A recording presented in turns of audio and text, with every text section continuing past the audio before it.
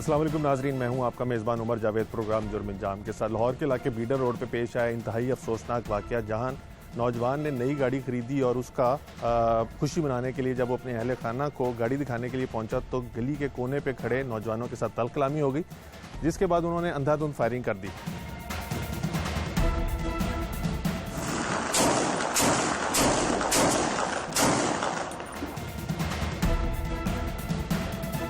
इस फायरिंग के नतीजे में एक शख्स जाँ बहक जबकि एक जख्मी हो गया। पुलिस क्या इलाके में जो ये मुल्ज़िमान की रेपुटेशन थी, जिस तरह से वो हवाई फायरिंग करते थे, उसके ऊपर पहले क्यों एक्शन ना ले सकी? अब जब ये वाक़या हो गया है तो क्या मुल्ज़िमान को गिरफ्तार करने की कोशिशें की जा रही हैं? जो मुतासरा फैमिली है उसका इल्ज़ाम है कि पुलिस इन मुल्ज़िमान की पुष्पनाही कर रही है, जिसकी वजह से आज भी वो फरार हैं, जबकि इलाके के अंदर खौफ व हरास की सूरत हाल बरकरार है। लोग इस तरह से हवाई फायरिंग करके खौफ व हरास इलाकों में फैलाकर क्या साबित करना चाहते हैं, ये तमाम चीज़ें जानेंगे आज के प्रोग्राम जुर्म अंजाम में।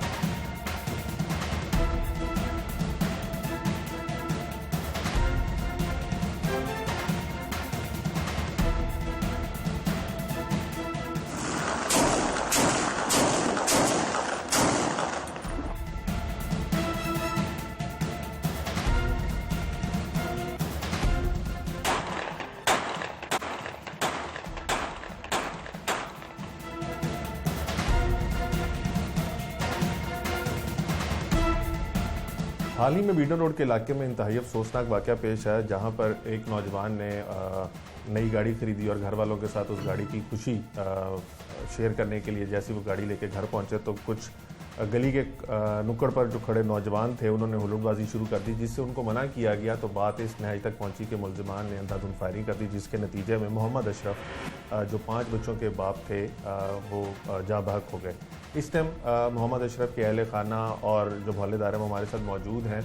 ये वाक़या सिर्फ मना यानी गली के कोने पे खड़ा करने से शुरू हुआ, लेकिन इस नहाई तक कैसे पहुंचा मोहल्लेदारों से भी पूछेंगे और जो उनके भाई और दीगर अजीज़ो कारम हमारे साथ मौजूद हैं उनसे भी पूछेंगे कि ये कौन लोग थे जिन्होंने इस तरह अंधाधुंध फायरिंग कर दी। पहले कुछ मोहल्लेदार मौजूद हैं जो उनकी फैमिली से भी बढ़कर हैं, उनसे बात करते हैं और फिर रिश्तेदारों से बात करते हैं। बाजी ये बताइएगा कौन लोग हैं आप लोग, क्योंकि बड़ा कंजस्टेड था ये बीडर रोड का इलाका है, हर बंदा यहाँ पे कई दहाइयों से रह रहे हैं, तो आप लोगों के आपस में टर्म्स बड़े अच्छे, कौन लोग शुरू से इधर रह रहे हैं, इधर की पैदाइश इधर ही पैदा हुए हैं और वो भी इधर ही पैदा हुए हैं। यहाँ शुरू से ये रीत है, गोली चलना ये वो चलती है, लेकिन पुलिस के कानों तक शायद कभी आवाज नहीं पहुंची, क्यों मोहल्ला कभी इकट्ठा ही नहीं हुआ था। अगर पहली गोली पे मोहल्ला इकट्ठा हो जाता तो आज ये हालात ना होते।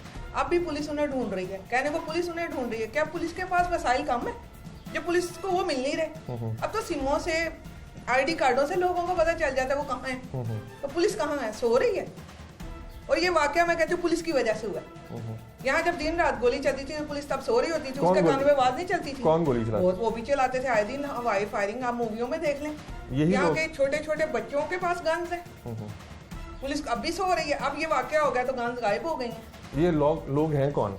ये हमारे सामने रहते हैं। इन लोगों की कभी किसी ने शिकायत वगैरह मोहल्लेदारों ने? नहीं, मेरी बात सुने, मोहल्ले वालों में यही तो कहती हूँ कि कमी, जिसने शिकायत करनी उसने कहाँ जाना है? क्या हम अपने घर बेच के जाएं, घर छोड़ के जाएं? नहीं, वो इतने बासर लोग हैं कि अगर आप लोग शिकायत करें, पुलिस को बता देने वाले हर बासर है और हर शरीफ कमजोर है। क्यों उसके साथ दूसरे ने खड़े नहीं होना? आज ये कत्ल हुआ है तो सारे खड़े हो रहे हैं, पहले कौन करता? अब भी बताएं कितने मल्ले वाले यहाँ खड़े हैं, उनको कौन शह दे रहा है? मल्ले वाले दे रहे हैं, वरना किसी की क्या जुर्रत मल्ले में। आप हदीस के हिसाब से देखें, जिसने आप सल्लल्लाहु अलैहि वसल्लम परेशान हो गए थे कि हम सायों के इतने हकूक हैं, कहीं हम पे वो ना इनका विरासत में हिस्सा न बन जाए, और आज ये हम मुसलमान हैं कि हम मल्ले वालों को गोलियों से उड़ा रहे हैं। आपकी लड़ाई हुई, आप मुंह से बात करें, डंडे मारे, सोटे मारे, ये हालांकि ये भी हुक्म नहीं है, तो फिर हमारे मल्ले वाले क्या कर रहे हैं? सोए में इस वक्त इधर कितने हैं? कहाँ है मल्ले वाले? नहीं तो मर्द कहाँ है? आप समझते हैं कि मोहल्ले वाले जो हैं ये सारी गलती हमारे मल्ले वालों की है। आज उनको शुरू से उनको पकड़ा होता कि भाई ताड़ी जुरत किस तरह हुई, तुसी गल मल्ले च आम हवाई फायरिंग कर दे हो, तो ये वाकया ना हो। तो अब आप समझती हैं कि इस वाक़े के बाद मोहम्मद अशरफ के कत्ल होने के बाद कोई हालात ठीक हो जाएंगे? नहीं, वो देखे उनका बंदा चला गया, ये दर्द कौन महसूस करता है? उसके इतने इतने इतने बच्चे हैं, वो आप भर्ती कर सकते हैं, बच्चों का बाप ला सकते हैं, आप ला सकते हैं, पुलिस ला सकती है। वो जो भागे हुए हैं माफी के काबिल हैं। मैं जज होती, मैं सरेआम फांसी देती, दोबारा गोली कोई ना चलाए, कम से कम किसी के बाप बेटे भाई पे ना चलाए। कहाँ से आने हैं ये? वो चीज है, इंसान इतना इतना खत्म हो गया कि एक गोली के बदले आप उसको ऊपर पहुंचा देते हैं। उसका घर कहाँ गया, उसके बीवी बच्चे कहाँ हैं?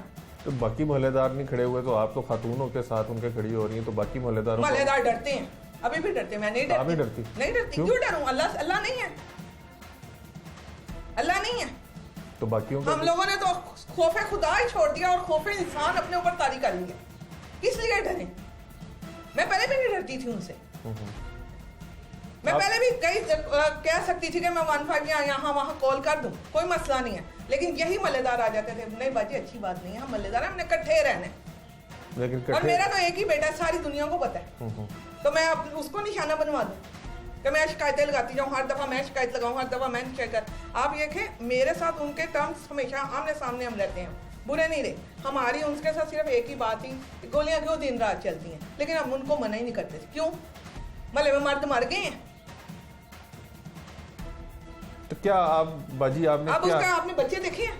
नहीं अभी पर वो इतना सा बच्चा, वो मेरे पास इतने खुश आया करता था, उसके इतने हल्के हैं, वो उसकी उम्र है हल्कों वाली। ये जितने मर्जी चाचा मामे उसका बाप बन जाएगा। सही कह रही, कोई भी नहीं बन सकता। वो क्या उस तरह जिस वो फ्रीक्वेंटली अपने बाप से कुछ मांगता था, इनसे मांग सकेगा? कभी भी नहीं मांग सकता। ये जितना भी दे देंगे वो चीज नहीं है। तो इन्हें गोलियां चलाते हुए शर्म नहीं आई? तो कमी कहाँ पे बाजी? कमी हमारे माशरे में है। और ये पुलिस को मिल ही नहीं रहे। कौन से ऐसे वसाइल हैं जो पुलिस के पास नहीं है? अरबों रुपए के पुलिस चाहे 2 दिन में बंदा लेके ये खड़ी हो जाती है। क्यों पुलिस खामोश है? तो जब ये वाकया हुआ उसके बाद कोई आप समझती हैं कि इलाके में कुछ पुलिस ने मैंने तो कुछ पुलिस देखी नहीं, पहले दिन ही देखी है, उसके बाद तो मैंने कुछ नहीं देखी। तो उसके बाद कभी नहीं आया? हाँ, बल्कि उल्टा मैंने पहले भी बयान दिया तो सारे आके मुझे कह रहे हैं ये आपने क्या किया, ये आपने क्या किया। मैंने कहा हक सच का साथ दिया, जाओ जो कर लिया कर लिया। आप क्या करती हैं? मैं टीचर हूँ। तो यानी आप एक अरसे से इस इलाके में भी रह रही हैं, हाँ, बताया और मैं ट्यूशन भी पढ़ाती हूँ। तो आपने जब लोगों को ये वाली जो इस टाइम आप बातें करी हैं लोगों को बताई तो लोग क्या कहते हैं? बता तो रही हूँ, मैंने उस दिन बयान दे दिया तो मुझे सब आके कहते हैं यानी आपके साथ खड़ा नहीं हुआ बल्कि आपको मना कर रहे हैं। मुझे कह रही है ये आपने क्या किया बाजी, ये आपने क्या किया, आपका ये चल गया आपका। बल्कि मैं परेशान भी हो गई, लाजमी मेरा भी एक ही बेटा है, परेशानी भी हुई मुझे कि मैंने कहीं गलती नहीं कर। फिर मैं कहा अल्लाह मालक। बहुत शुक्रिया भाजी। आप मकतूल मोहम्मद अशरफ की एक मोहल्लेदार की गुफ्तगू सुन रहे थे, जिस तरह से वो यानी बिला खौफ व ख़तर ये बात कर रही हैं। ये कौन लोग हैं कि इनसे लोग इतना मोहल्लेदार क्यों डरते हैं? मकतूल मोहम्मद अशरफ के भाई और दीगर रिश्तेदार हमारे साथ मौजूद हैं, उनसे जानते हैं कि ये ऐसे कौन लोग हैं कि खातून जो है वो उनके लिए यानी मोहम्मद अशरफ के कत्ल के खिलाफ खातून खड़ी हो रही हैं, लेकिन मोहल्लेदारों के ऊपर वो इल्ज़ाम आयद कर रही हैं, रिश्तेदारों पर इल्ज़ाम आयद कर रही हैं कि कोई भी मुल्ज़मान के खिलाफ नहीं बोलते। इतने बासरी कौन से मुल्ज़मान हैं उनसे जानते हैं। भाई आपका नाम? मोहम्मद आसिफ। कत्ल के मुद्दई यानी मुद्दई मुकदमा भी आपकी? मुकदमा क्या हुआ उस दिन? कैसे ये सारा मामला शुरू हुआ, ज़रा तफसीलन बताइए। भाई ऐसा मामला भी कोई मामला भी कुछ नहीं थे। सुबह के टाइम बिठा कर ना भाई ने उन्हीं बच्चों को उसके वाले साहब को बिठा के सुबह नाश्ता भी करवाया। नाश्ता करवा के बड़े तो ऐसा हमारे से उनसे सिलसिला नहीं था कुछ भी, पर क्या उनके दिल में क्या थी इसका अल्लाह जानता। कोई पहले लड़ाई हुई थी? कभी कोई लड़ाई नहीं हुई। सुबह उनसे नाश्ता साथ बैठ के नाश्ता किया, कोई हमारा कोई ऐसा सिलसिला नहीं हो, कुछ नहीं। वैसे ही उनको बस उतराई, बस नहीं बुला। हुआ क्या? रात सुबह नाश्ता कराया तो रात को क्या हुआ? रात को नाश्ता कराया, रात को हमारे घर में फंक्शन चल रहा था। और फंक्शन हम सारे थे, कोई गाड़ी भी नहीं ली थी, तो सिलसिले में लगे थे कि चलो नीचे आए गाड़ी में सवारा छोड़ने के लिए भी जाना था। यहाँ खड़े थे बाहरी गली में कि यार ये ना गाड़ी बाजी वाला को गाड़ी दिखा रहे थे, तो लड़के खड़े थे। मैंने उनको यार आगे जो आपने कहा? मैंने कहा उनको, तो वो उन्होंने जो मेरी बात नहीं हर सुनी, उन्होंने बड़ी जी अपने अपने आप में बेइज्जती महसूस की। वो घर से गया, उसने लगा पहला फायर से मेरे को किया फ़ौरन थोड़ी देर बाद। वो फिर जो है ना क्या नाम है, उसके बाद ना उसका बाप आता है, उसकी माँ आती है। मैं उसको कहता हूँ यार देखो, उसको शर्म दिला अपने बेटे को। उसकी वालदा भी, उसका वालिद भी, जाओ लेके आओ घर से उठा के वेपन लेकर आओ। वालदा ने उसे यही जो हल्फन जो मैं कहूँगा यही कहूँगा, उसके वालिद भी वालदा में बड़ी बड़के लगाई उन्होंने, फायरिंग शुरू कर दी। छोटा भाई था हारिस, जिन्हें फायरिंग होते देखा, थोड़ा ये भी बोला क्या वो हमें नहीं कोई अंदाजा था कि ये हमारे साथ ऐसा सलूक करेंगे। वो थोड़ा बोला, उनसे छोटे भाई के वो फायर किए उन्होंने, 2 भाई के छोटे भाई के पहले फायर लगे। आपके भाई को भी फायर लगे? 2 छोटे भाई को फायर लगे, सबसे छोटे भाई के मेरे फायर लगे। वो फायर लगने के बाद फिर दोबारा हमारा भाई उधर से ऊपर से नीचे उतर के आता है, उधर अशरफ भाई उतर के आते हैं। उन्होंने कहा वो आगे बढ़ जाते हैं, क्या कुछ शर्म करो या करो, लेकिन इंसान होता ना भरोसा कि यार मेरे को नहीं कुछ कर सकते। वो बस आगे गया, उन्होंने उसको ब्लास्ट मार दिया। लेकिन जब आपके छोटे भाई को गोलियां मारी तो आप लोगों को तो अंदाजा नहीं हो गया था कि हमने खींच लिया, पर वो बड़ेपन से गया कि यार उन्होंने बैठ के नाश्ता भी किया, मुझे क्या कहेंगे, वो गया कि आगे तो कोई शर्म करो यार, बंद करो, उन्होंने उसको ब्लास्ट मार दिया। कितनी गोलियां लगी? भाई को 3 फायर लगे, बड़े डेंजरस लगे। एक जो फायर लगा भाई की, ये इसमें जो ना जिगर फाड़ता हुआ ना रीढ़ की डी में चला गया, ये ऊपर से निकला फेफड़े फाड़ता हुआ जो ना यहाँ से ये फेफड़ा फाड़ता गुर्दा फाड़ता हुआ निकल गया। तो यहाँ से लगे ना, एक भाई के फायर इधर लगा बाजू में, एक यहाँ से घुसा और एक यहाँ से घुसा, ये सीधा जो ना वो जो ना हम यही समझते एक फायर लगा है, पर वो जब हम अस्पताल पहुंचे तो कहा नहीं ये 3 फायर लगे हैं भाई को, वो उन्होंने ब्रेस्ट मारा उन्होंने। तो मौके पर अस्पताल जाके अस्पताल जाके फिर रात को ट्रीटमेंट वगैरह हुई है भाई की, और रात सारे ऑक्सीजन भी लगाया, ICU में पड़े रहे। वो रात को 11 साढ़े 11 का टाइम था जब झगड़ा शुरू हुआ। सुबह जो ना अगले दिन 3-4 बजे डेथ हो गई भाई की। मुकदमा किन लोगों के खिलाफ दर्ज किया? अरूज है, अली है, और जो था ना कामरन है, एक शबाद है, और एक रिश्तेदार हैं या आपस में कजन, सारी कजन है। ये 5-6 फैमिली इकट्ठी रहती हैं घर के अंदर। ये सारे इन्होंने खाने को घर में कोई 2-4 ऐसे भी भाई हैं ये बेचारों खाने कुछ नहीं है। करते क्या हैं ये लोग? वो बस पहले ये वो बेचते थे, जर्स बेचते थे, फिर शराब बेचते थे। तो उसमें उन्होंने रस भी किए। वो जहाज है, वो जहाज का बड़ा बेटे जो ना वो बड़ा इंसान है। वो सारे इन्होंने सूते पैसे दिए उन लोगों को, बहुत ज़्यादा जो ना बहुत ज़्यादा सूते पैसे लोग सूता कारोबार करते हैं बेसिकली ना, ये कई कारोबार ही है सूता। तो अब कोई बता तो मुलजिम जो आपका नॉमिनेटेड है पुलिस ने गिरफ्तार किया? नहीं, पुलिस ने कोई गिरफ्तार नहीं किया। कोई अगर उस दिन अगर पुलिस चाहती तो उनको मुलजिम को पकड़ सकती थी।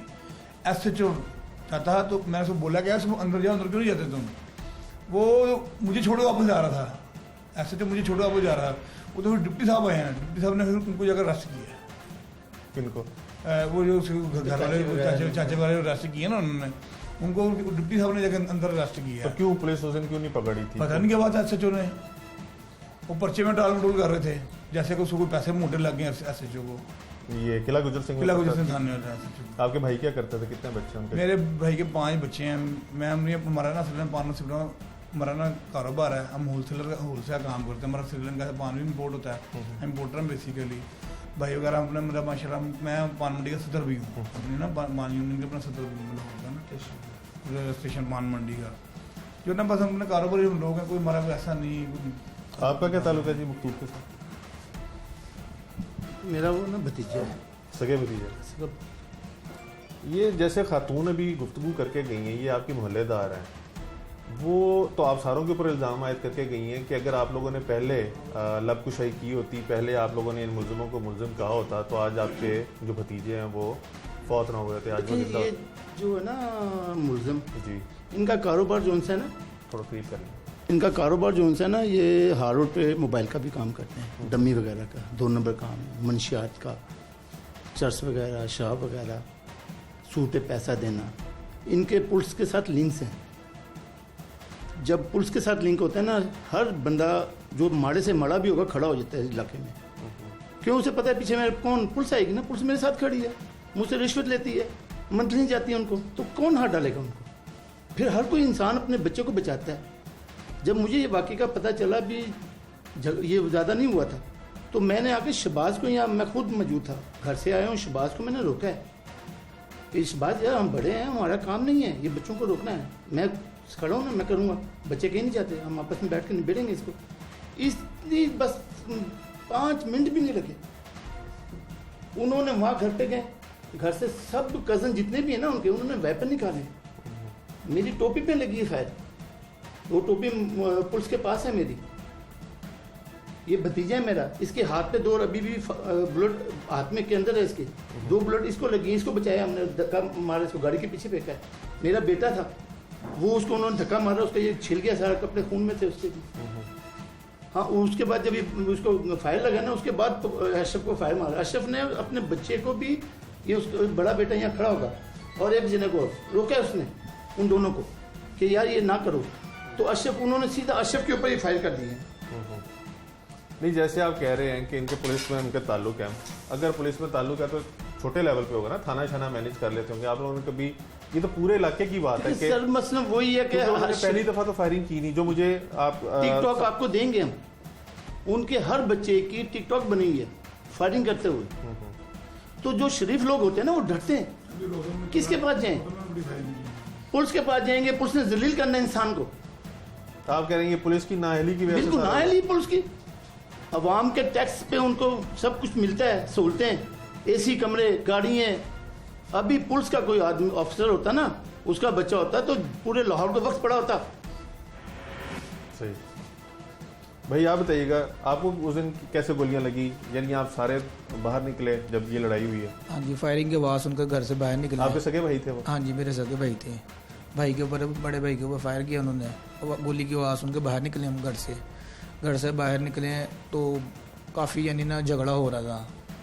बड़े भाई मैं छुड़ा रहे थे, मैं और मेरा भांजा और मेरा भतीजा लड़ रहे थे, उनके साथ उनके वेपन वगैरह पकड़े हुए थे, भाई के ऊपर फायर कर चुके थे। उनको यानी ना कोशिश कर रहे थे कि रोक लें या इनसे वेपन छीन लें हम, बड़े यानी। हाँ जी। अच्छा।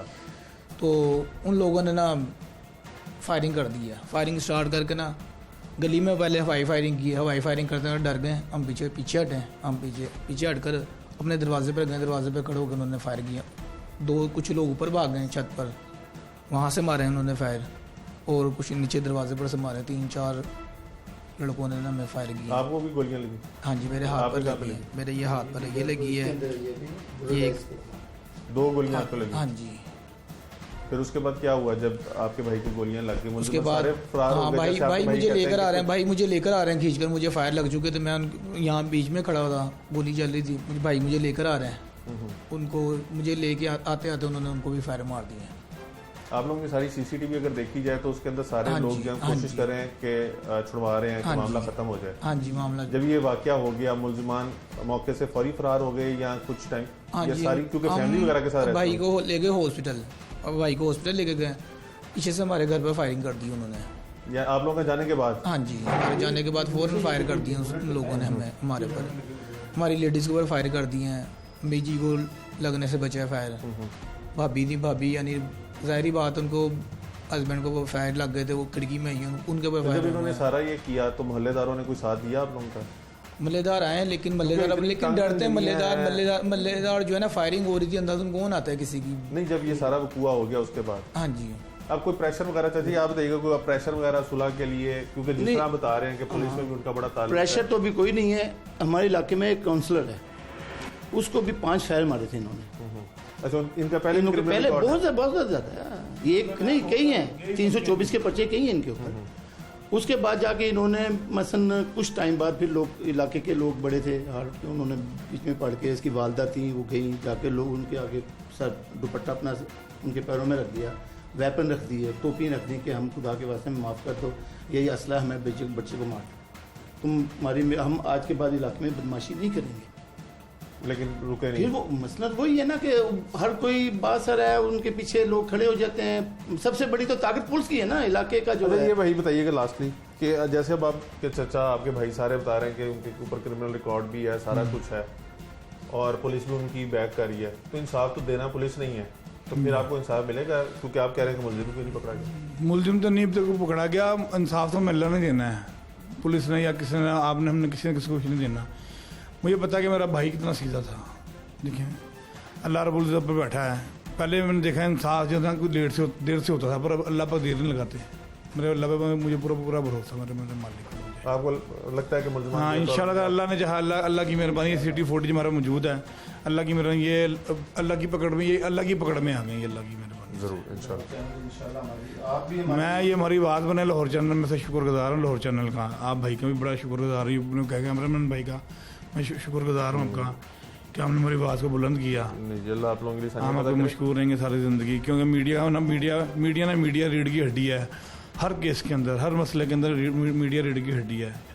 बेसिकली शरीफ लोगों के लिए सबसे ज़्यादा। नहीं जी, पूरी कोशिश करेंगे। अल्हम्दुलिल्लाह। आप मकतूल के बुरसा की गुफ्तगू सुन रहे थे, जैसे ही आपको दिखा भी रहे हैं कि एक गोली ये भी लगी हुई है, पीछे भी यहाँ पे गोली लगी हुई है कि मुलजिमान ने जब मोहम्मद अशरफ को फायरिंग करके ज़ख्मी कर दिया और ये यहाँ से उसको ज़ख्मी हालत में अस्पताल लेके गए, तो उसके बाद भी मुलजिमान ने यहाँ पर आके इनके घर के ऊपर फायरिंग की, लेकिन मौजाना तौर पर तमाम बचे रहे। सबसे इंपॉर्टेंट चीज़ जो है वो मकतूल के बुरसा तो बेशक जो दवाइयाँ दे रहे हैं, लेकिन आपने एक मोहल्लेदार खातून की गुफ्तगू सुनी कि कैसे मोहल्ले के अंदर वो अंधाधुंध फायरिंग करते हैं, जब दिल करता है किसी को भी डरा धमका देते हैं, लेकिन आज तक पुलिस ने इनके खिलाफ एक्शन नहीं लिया। और जो पहले का इनका क्रिमिनल रिकॉर्ड है उसके अंदर भी मुलजिमान जो हैं वो खुलम खुला फिर रहे हैं, जिसकी वजह से ना सिर्फ इलाके के अंदर अमन व अमान की सूरत हाल जो है वो हर वक्त बनी रहती है, बल्कि अब जो एक ग्रीव्ड फैमिली है वो इंसाफ की भी मतलाशी है कि शायद उनको इंसाफ मिल सके।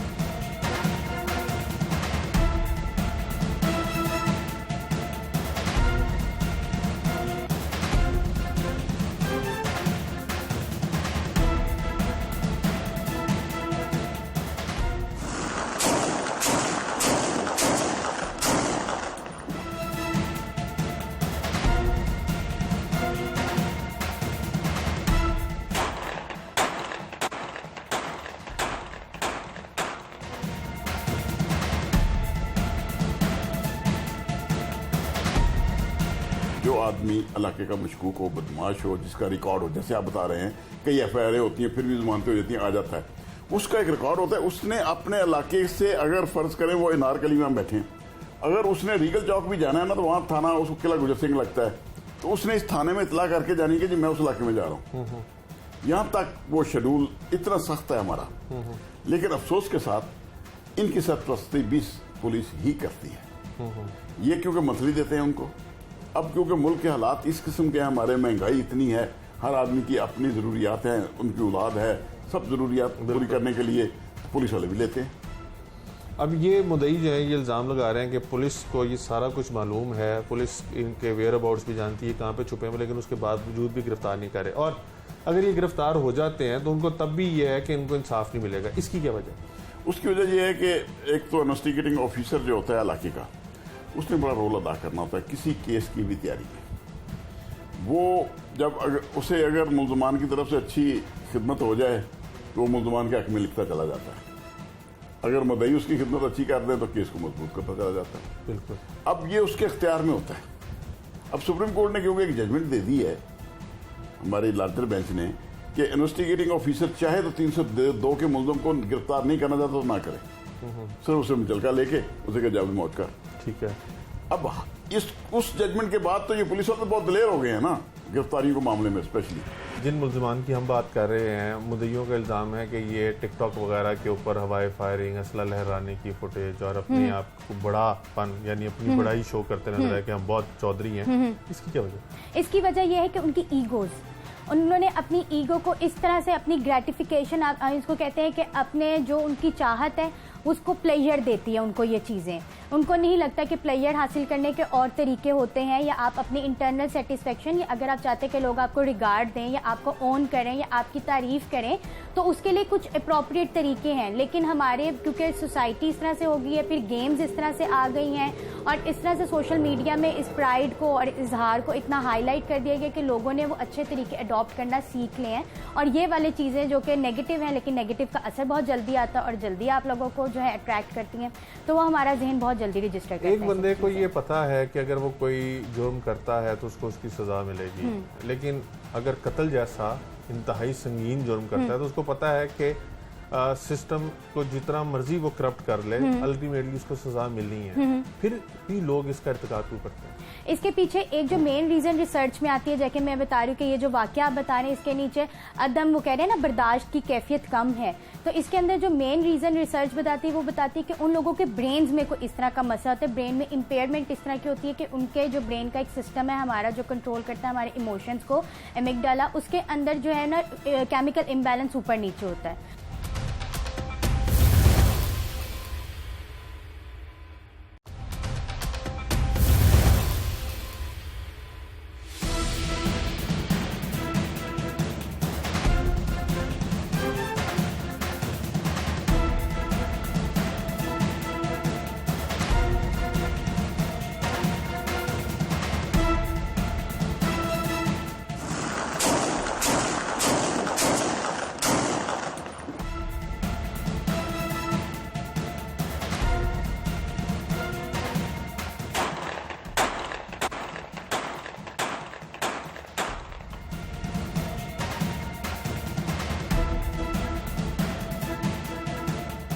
सीनियर माहिर कानून आफ्ताब अहमद बाजवा साहब हमारे साथ मौजूद हैं। ये मुख्तलिफ चीज़ों के ऊपर कड़ी और गहरी निगाह जो है वो रखते हैं। बिलखसूस फौजदारी के जो मुकदमात हैं उनको तोड़ तक लेके जाने में इनका एक अपना ही अलहदा किरदार है। ये हमारे साथ मौजूद है। इनसे जानते हैं कि जिस केस के ऊपर आज हम प्रोग्राम कर रहे हैं उसके अंदर मुल्ज़मान के हवाले से एक इक़दाम कत्ल, मंशियात और दीगर ये जो बदमाशी के हवाले से रिकॉर्ड मौजूद है, अहले इलाका उनसे तंग है, तो फिर उसके बावजूद भी मुल्ज़मान कैसे बाहर आ जाते हैं। और दूसरा ये कि अब मुल्ज़मान का इतना रिकॉर्ड है, पुलिस के पास हर तरह की उनकी इन्फॉर्मेशन होगी, लेकिन अब वो बंदा कत्ल करके फ़रार हुए हैं और मुद्दई जो है वो ख़वार हो रहे हैं और पुलिस उनके साथ बिल्कुल मदद नहीं कर रही। इसकी क्या वजूहात हैं, कहाँ पर लैकूनाज हैं हमारे क्रिमिनल जस्टिस सिस्टम, ये नहीं से जानते। बाजवा साहब वक्त के लिए बहुत शुक्रिया। सबसे पहले ये फरमाइएगा, क्रिमिनल जस्टिस सिस्टम पाकिस्तान में क्यों यानी सही मायनों में फाल नहीं है? उसकी सबसे बड़ी वजह यह है कि हमने आज तक पुलिस के महकमे को वो सहूलत नहीं दी जो पूरे दुनिया में यूरोप ममालिक जिन्हें हम कहते हैं, जो एडवांस ममालिक हैं, जो उन्होंने दी हुई है। यहाँ तक कि अंग्रेज़ का दौर होता था तो एक कांस्टेबल का रहने का क्वार्टर भी होता था। अब तो यहाँ डीएसपी की रिहाइश नहीं है। सही। फिर आप तवक्को करें एक आदमी 24 घंटे क्यों ड्यूटी दे? किस कानून में लिखा हुआ है? दुनिया के पूरे कानूनों में जो उठा के बता दें कि जी 24 घंटे एक बंदे ने ड्यूटी करनी है।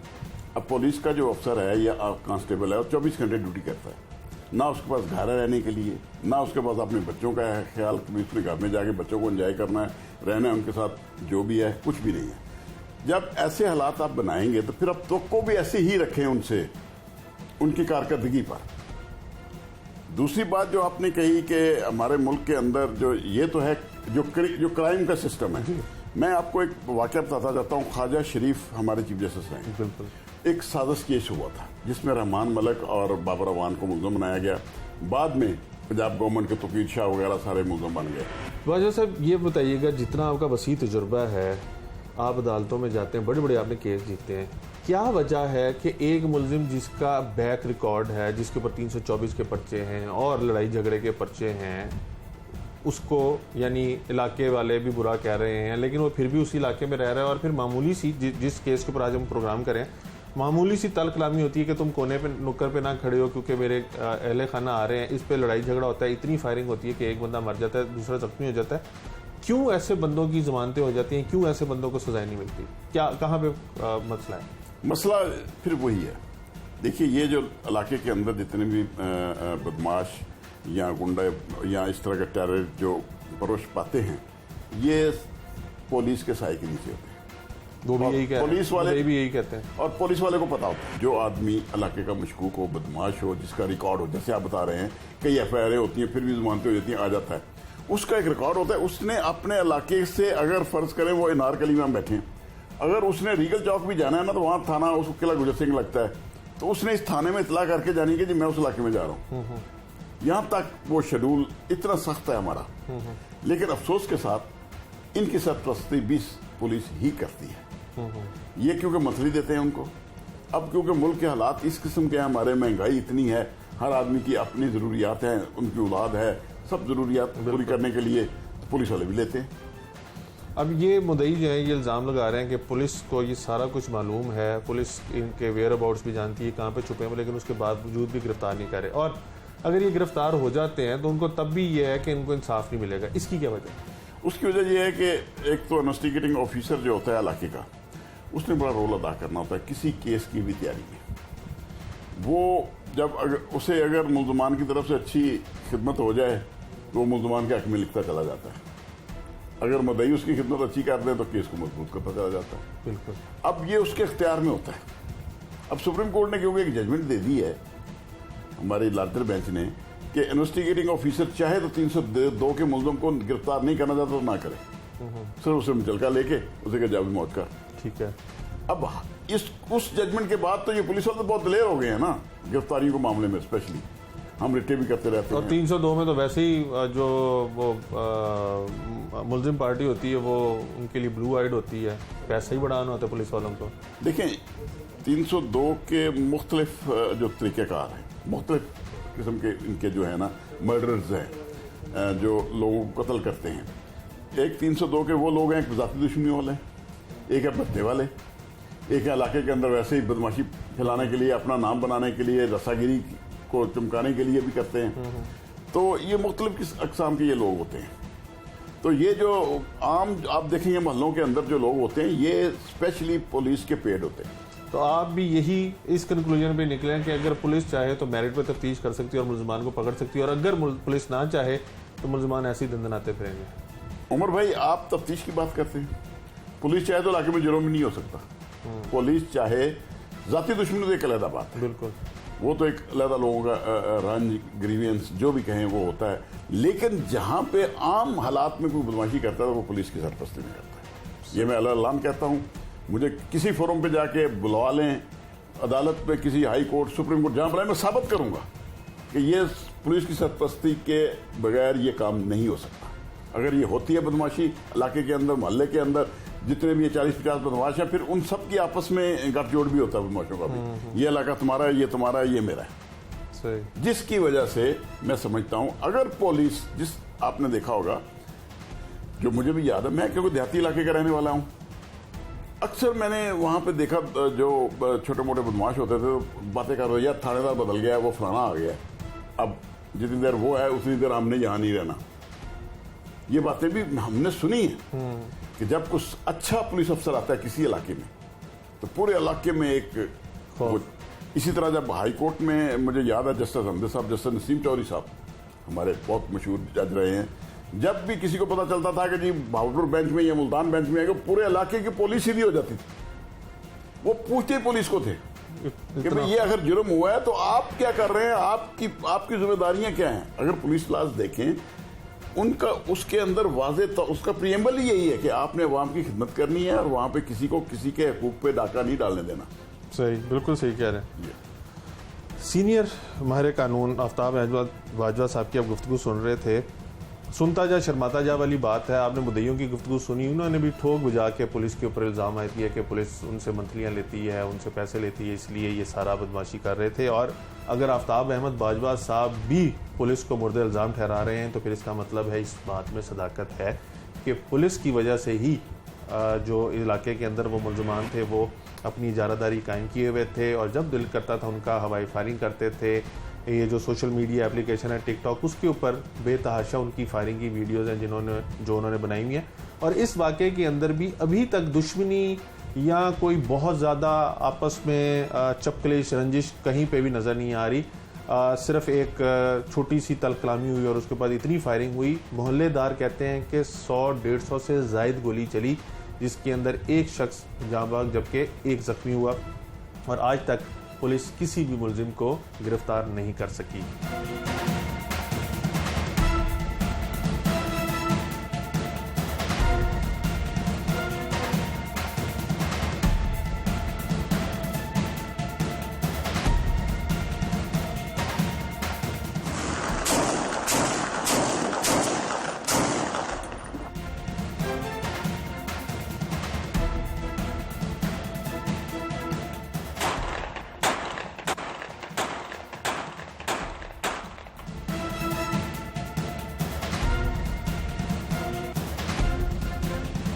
जिन मुलजमान की हम बात कर रहे हैं, मुद्दइयों का इल्ज़ाम है कि ये टिकटॉक वगैरह के ऊपर हवाई फायरिंग, असला लहराने की फुटेज और अपने आप को बड़ापन यानी अपनी बड़ाई शो करते नजर आए कि हम बहुत चौधरी हैं। इसकी क्या वजह? इसकी वजह यह है कि उनकी ईगोज़, उन्होंने अपनी ईगो को इस तरह से, अपनी ग्रेटिफिकेशन, आप इसको कहते हैं कि अपने जो उनकी चाहत है उसको प्लेजर देती है उनको ये चीज़ें। उनको नहीं लगता कि प्लेजर हासिल करने के और तरीके होते हैं, या आप अपनी इंटरनल सेटिस्फेक्शन, या अगर आप चाहते हैं कि लोग आपको रिगार्ड दें या आपको ओन करें या आपकी तारीफ़ करें, तो उसके लिए कुछ अप्रोप्रिएट तरीके हैं। लेकिन हमारे क्योंकि सोसाइटी इस तरह से हो गई है, फिर गेम्स इस तरह से आ गई हैं, और इस तरह से सोशल मीडिया में इस प्राइड को और इजहार को इतना हाईलाइट कर दिया गया कि लोगों ने वो अच्छे तरीके अडॉप्ट करना सीख लिए हैं।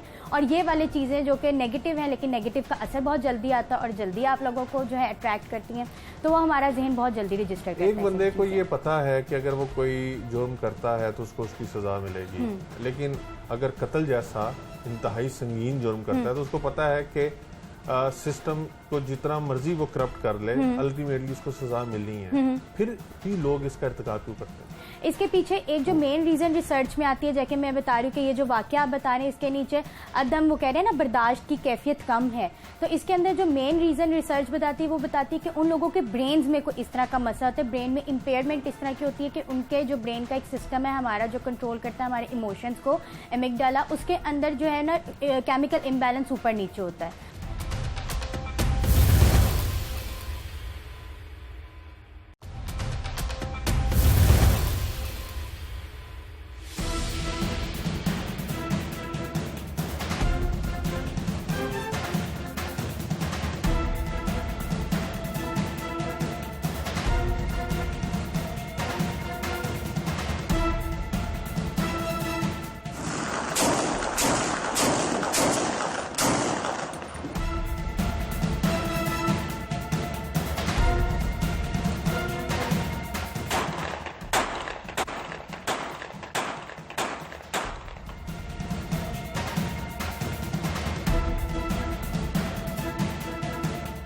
जिस केस के ऊपर आज हम प्रोग्राम कर रहे हैं, इसके अंदर अगर अपेरेंटली देखा जाए तो कोई ऐसी वजह नहीं है जिसकी वजह से एक शख्स की जान ले ली जाती और एक को फायरिंग करके ज़ख्मी कर दिया जाता, लेकिन उसके बावजूद भी मुलजिमान ने ना सिर्फ अंधाधुंध फायरिंग की बल्कि अशरफ जान की बाजी हार गया और उसका छोटा भाई जो था उसके हाथ में गोलियां लगी जिससे वो ज़ख्मी हो गया। हमारे साथ हमारे नफ्सियात मौजूद हैं, इनसे जानने की कोशिश करेंगे कि बिल आखिर वजह क्या है कि गुज़िश्ता कुछ वक्त के दौरान ये बहुत ज़्यादा देखने में आ रहा है, ऐसे वाक़यात बहुत ज़्यादा रूनुमा हो रहे हैं जिसके अंदर मामूली सी बात, मामूली सी तल्ख कलामी इस हद तक बढ़ जाती है कि उसके अंदर किसी शख्स की जान चली जाए या मुतअद्दिद अफराद ज़ख्मी हो जाएं।